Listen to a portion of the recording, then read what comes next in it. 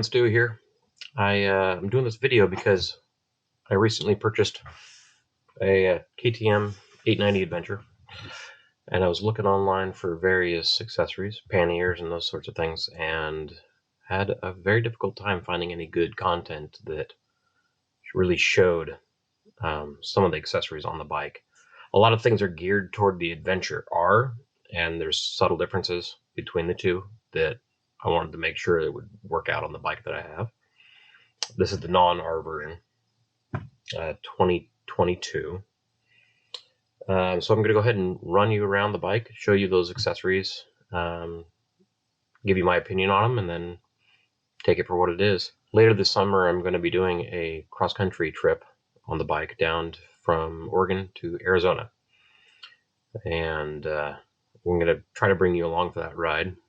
No promises that I'll be able to get the videos up in a timely manner, but it's something to look forward to. So the first thing I'm going to show you is the pannier system that I purchased. I bought the Bumot aluminum panniers. I was torn between several different brands, fabric or hard shell. I landed on the hard shell because I do a lot of around town driving, and I wanted something that I could secure and lock up nicely and didn't have to worry about anything being stolen, that sort of thing. So one of the reasons why I chose this particular brand was the build quality and the price. They are actually a little bit thicker aluminum than all the other brands out there, and price-wise, they ended up being just slightly cheaper. They all have nice stainless steel hardware throughout.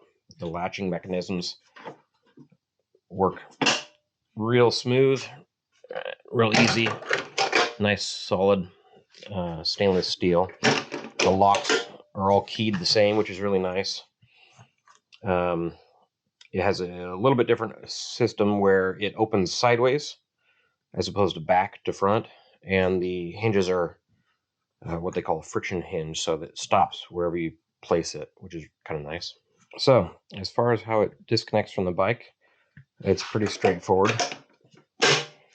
You have a key right here, unlocks it, that lifts up. The pannier tilts forward towards you and lifts right off. It's so easy, you can do it one-handed. They give you the option of this little strap, which is handy.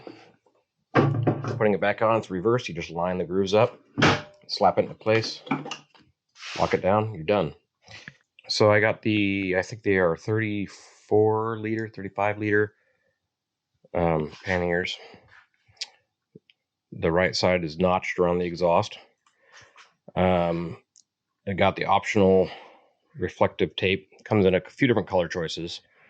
I believe it was white, red, and I want to say orange. So both sides here. You can order more of that if you want, kind of stick it wherever. They also do an optional like tacky or protective sticker that you can put up here on the top as well. And of course, you got the optional strap. On the inside, you've got a full automotive style seal that seals right along this edge here. There is a little bit of a lip, about 1/2 inch or so inset. You have a option to get the lid bag, as well as bags that fit in here that are sized appropriately. So as far as the dimensions, the opening is going to be the same on both. The length of it is about 16.5 or 42 centimeters by, what is that, about 6.5 inches or 16.5 centimeters. Depth-wise, we're getting 13 3/4 or almost 35 centimeters. Not quite. And then you've got a little bit in the lid as well. You've got about 2 3/4 inches depth in the lid, or about 7 centimeters. And one of the other reasons I chose to go with the Bumot system is their outside of their build quality, which seemed to be quite a bit better and fully welded, no rivets, things like that. Was their latch mechanism. So the latch mechanism here that they use, it's nice and simple, works really well, it's real strong for the aluminum boxes. Well, they put the exact same latch mechanism on their fabric bags as well, their soft bags. And it's the only soft bags I've found on the market that have a nice stainless steel lockable mount. And so when they're on the bike, somebody can't steal them off. And as far as somebody getting into the fabric bags, you can put a lock or a strap around the bag itself if you need be. But I really like that option, being able to add on those soft bags later and not having to worry about them as much. So as far as the width on the bike, if I measure across, they're about 36.5 inches wide on this KTM 890.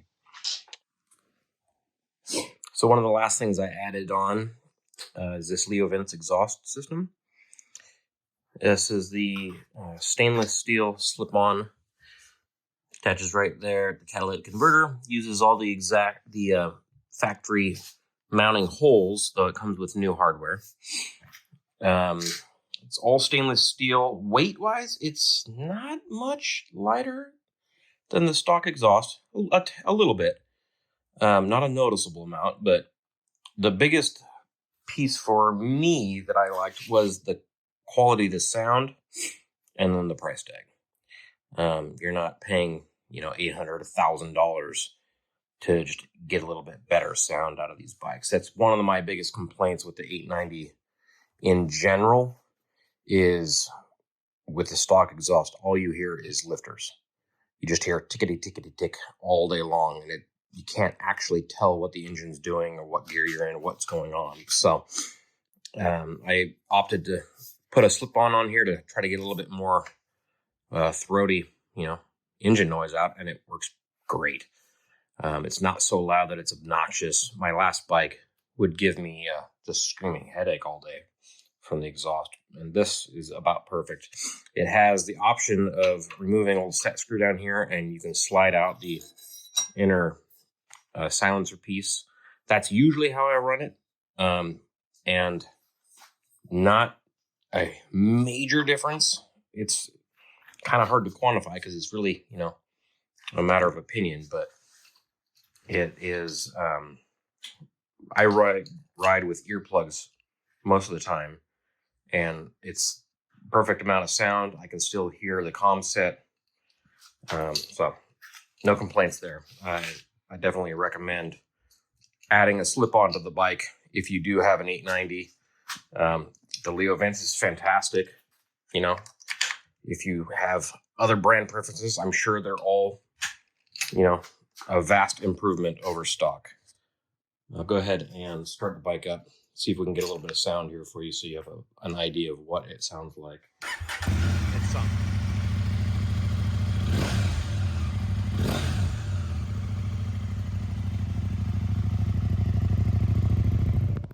As you could probably tell, I am clearly a professional at this.